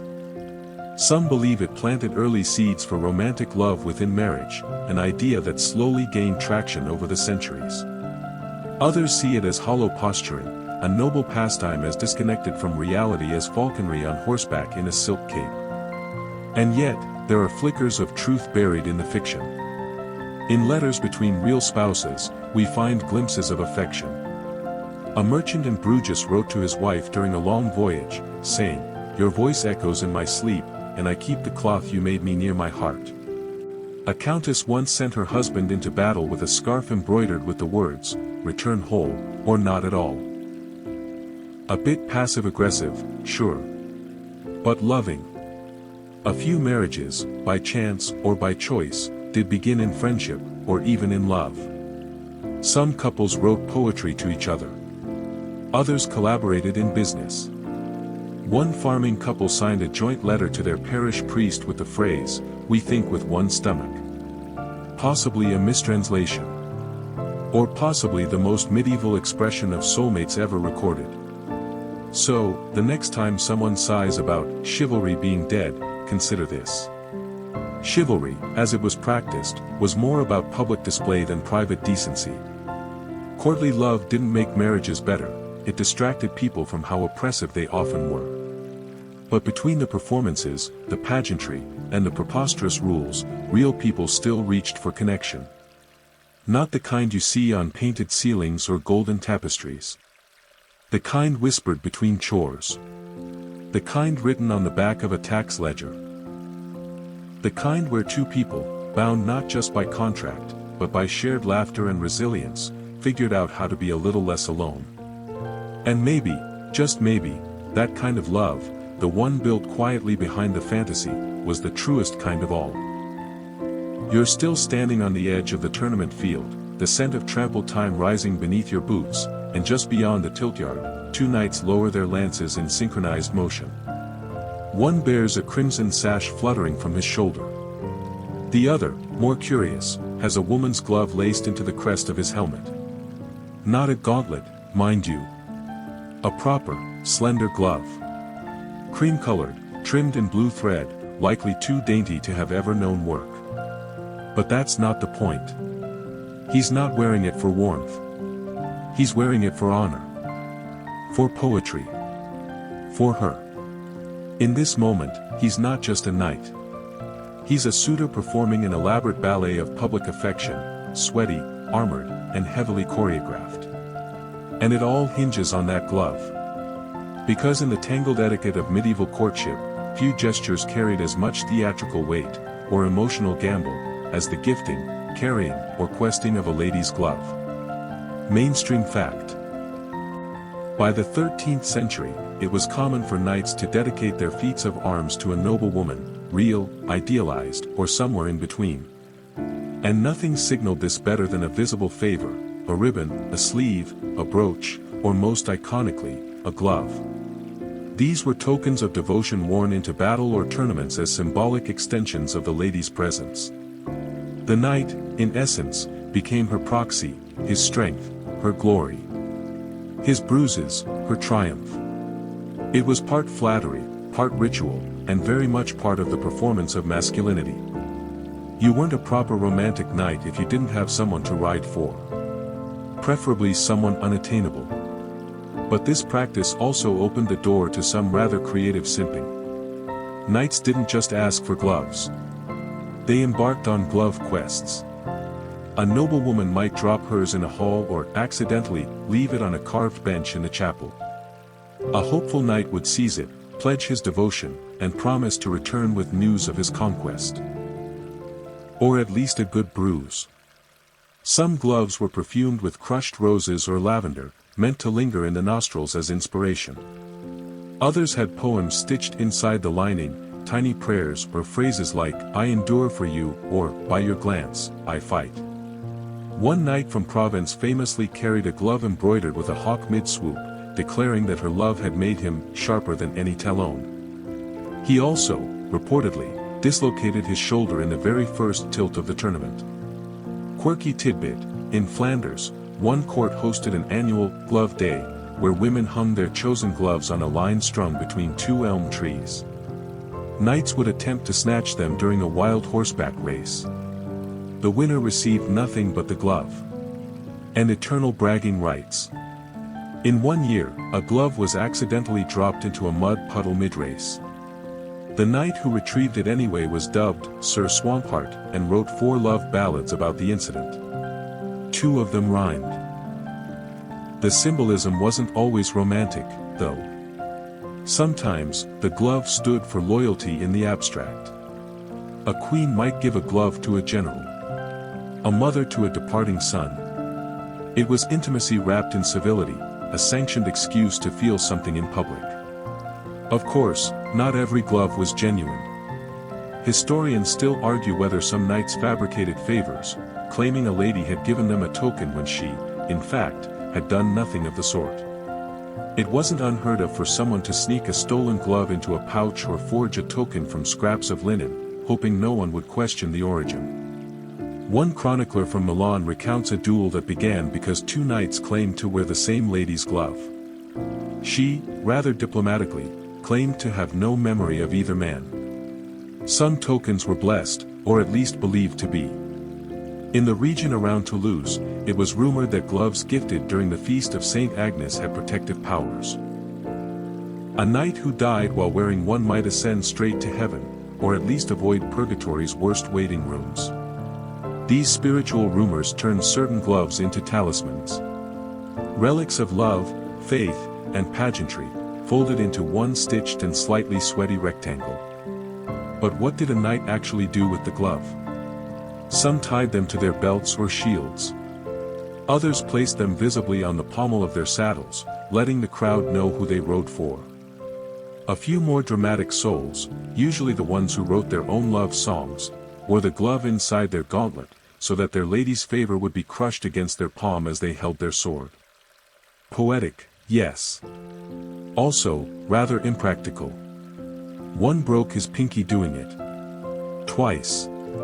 Still, these tokens held emotional gravity. Even years later, long after the lady had married someone else or joined a convent, the glove might remain, wrapped in silk, tucked inside a codex, folded into a pouch alongside prayer beads. A quiet memory of a time when longing could be worn like armor. Historians still debate whether these glove rituals reflected sincere affection or carefully staged theatrics. Some argue they were exaggerated for court audiences, designed to uphold the ideals of courtly love while maintaining a safe distance from actual romance. After all, many of these knights never spoke to the women they honored. It was love as spectacle. Others suggest that beneath the layers of performance, something real pulsed, a yearning given structure through ritual. And the women? They weren't passive participants. Granting a glove was a gesture of status and power. It allowed a lady to control narratives, influence reputations, even dictate the social momentum of a tournament. Some wielded this influence with great care. Others with a sly sense of mischief. One noblewoman in Burgundy gave her glove to the youngest knight at the tourney, claiming she wanted to see him sharpen with effort. He blushed so hard his helmet fogged.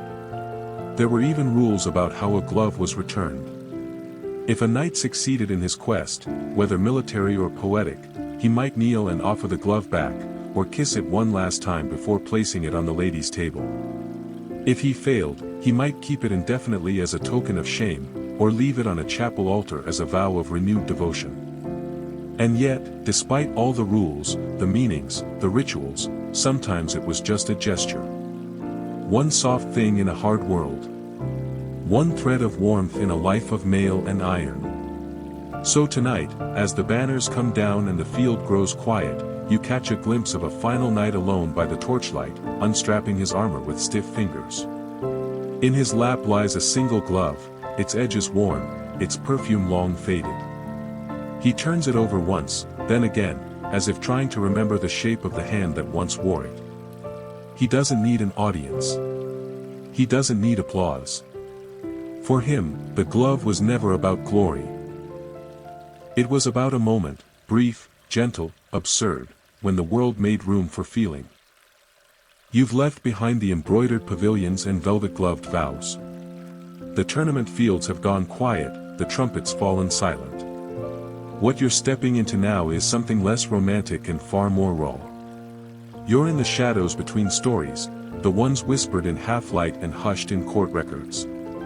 You're walking a narrow lane behind a manor house, where a cart waits, hidden in the orchard, and a horse paws nervously at the dirt. This is where love stops asking for permission.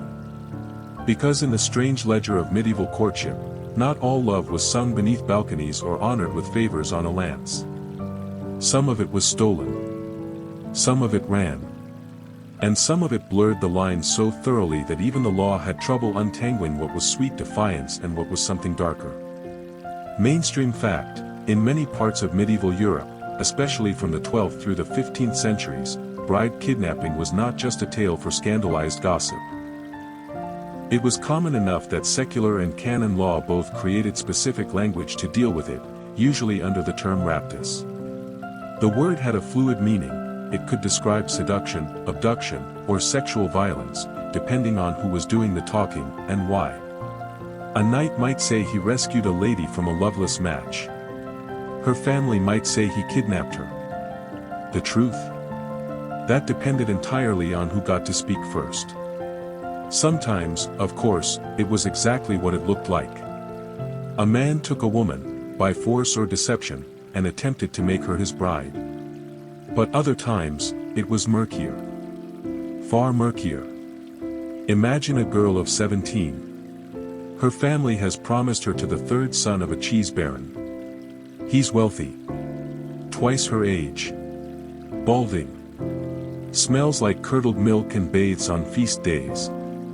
But she's spent months exchanging glances with a landless knight squire, quick smile, rough hands, absolutely no future. No dowry. No title. No hope. Unless, of course, he takes her. And so, one night, with the help of a bribed kitchen maid and a half-lame mare borrowed from the stables, she slips out the side gate. Or maybe he climbs in through the scullery window. They ride together into the woods, hearts hammering, cloaks snapping behind them like banners. If they make it to a sympathetic priest by morning, perhaps they'll be married before anyone can stop them. If they're caught, he'll be beaten or worse. She may be cloistered, disowned, or wed to someone even less kind. It sounds like a storybook, if you squint hard enough. But it's not. Quirky tidbit: in 14th century Bohemia, a man named Yerrick famously smuggled his beloved out of her village by hiding her in a cart full of freshly shorn sheep's wool. It might have worked, had she not sneezed violently near the town gates. The guards investigated.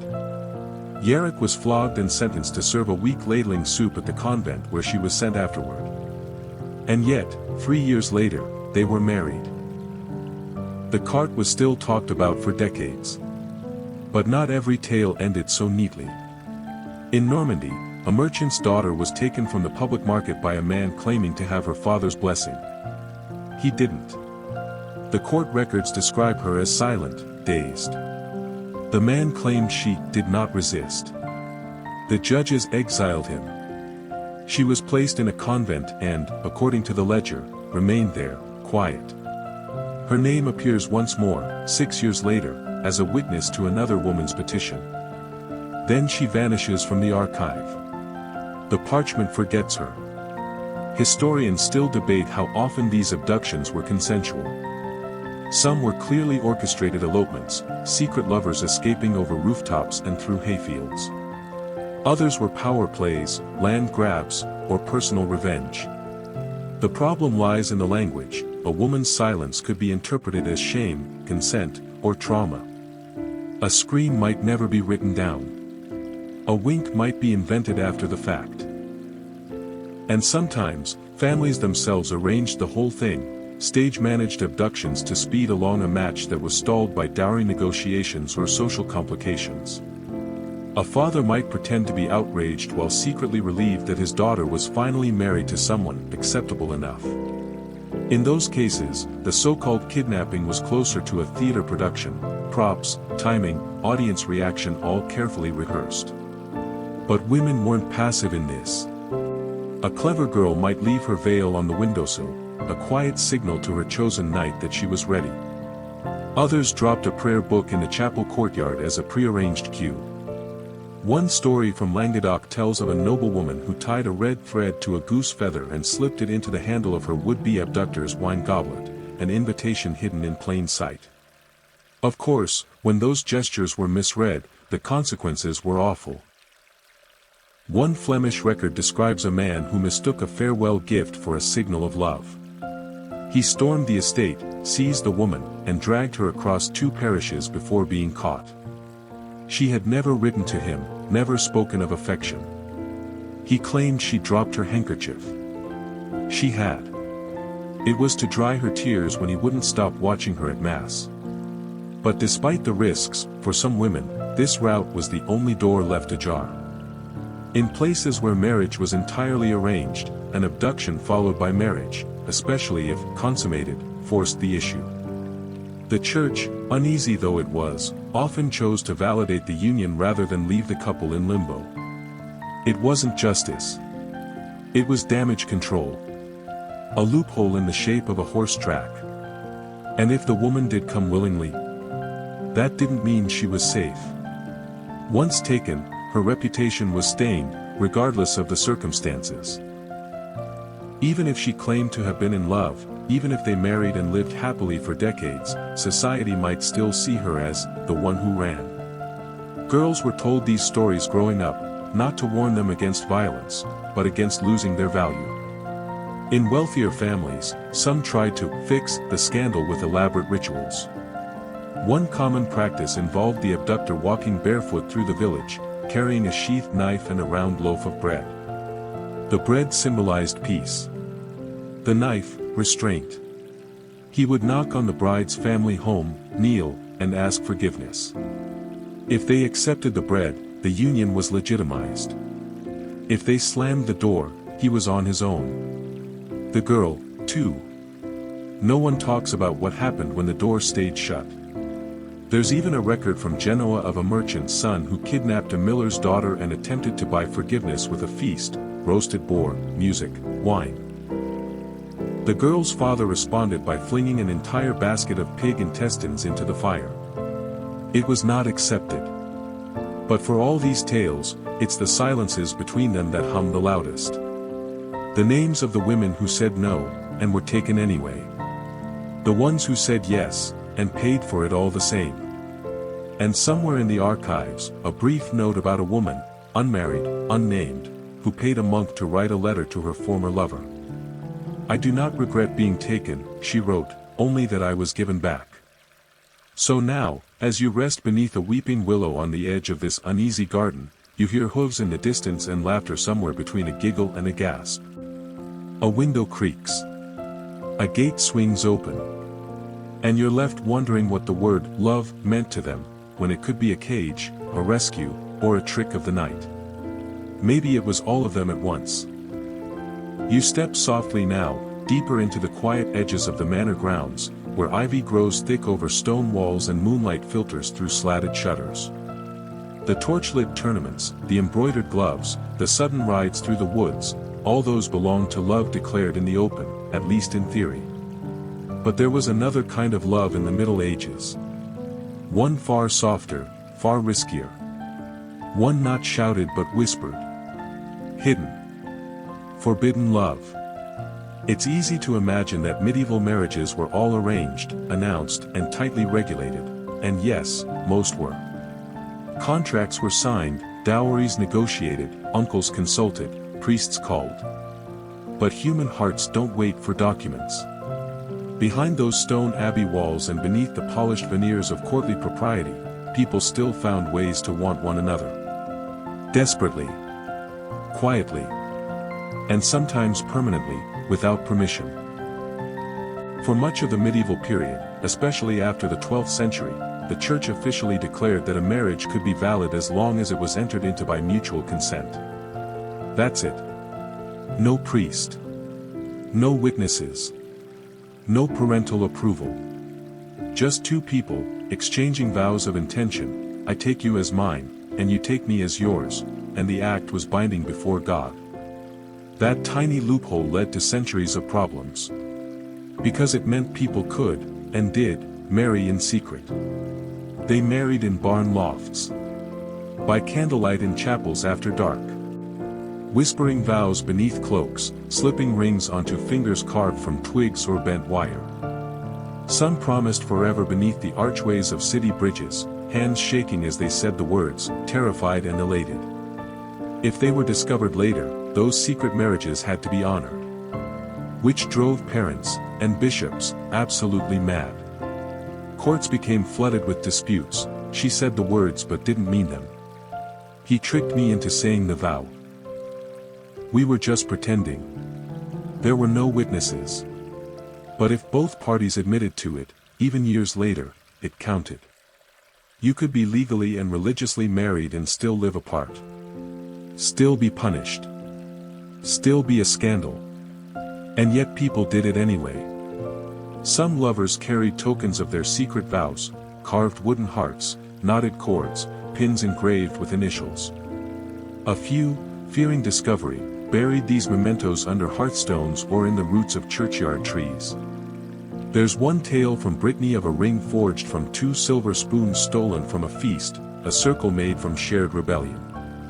In 13th century York, a baker's apprentice fell for a merchant's daughter. They met in the early morning, before the market opened, to share bread and clumsy poetry. One day, they declared themselves married behind the flour sacks. Years later, when she was being pressured into an arranged match, she returned to the bakery and found the man. Together they confessed the old vow before a church court, and were legally bound on the spot. The merchant reportedly fainted into a wheelbarrow of leeks. But not all forbidden loves ended in flour and fainting. A nun named Isolde, cloistered since the age of 12, exchanged letters with a visiting monk for 7 years. They wrote in code, hiding phrases in the margins of liturgical books. When discovered, she was imprisoned in her own cell with only bread and water. He was sent to a faraway priory where, according to rumor, he died of frostbite after refusing to wear shoes. Their story survived only because a visiting bishop complained about the expense of her extended punishment. Historians still argue whether the church's loophole for private vows empowered people, or merely created chaos.